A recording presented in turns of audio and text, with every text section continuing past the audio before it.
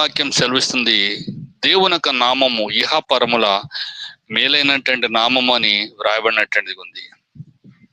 ఈ లోకంలో దేవుణ్ణి మనం కలిగి ఉండాలి. ఆయన ఎప్పుడు కూడా మనతో ఉండే దేవుడు.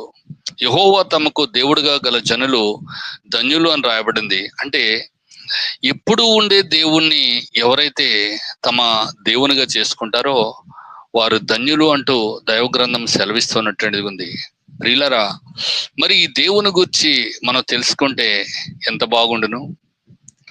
మరి ఈ దేవుని యొక్క లక్షణాలు ఏంటి, ఈ దేవుడు మరి ఏమై ఉన్నారు అనంటే, ఈ దేవుడు సదాకాలము మరి మనకి దేవుడుగా ఉండటానికి ఇష్టపడుతున్నాడు. ఆది యందు ఉన్నటువంటి దేవుడు, మరి చివరి వరకు ఉండే దేవుడు, ఎల్లప్పుడూ ఉండే దేవుడు, నిన్ను నన్ను నిత్యము నడిపించగలిగినటువంటి దేవుడు, ఆయనే ఆత్మస్వరూపైనటువంటి వాడు.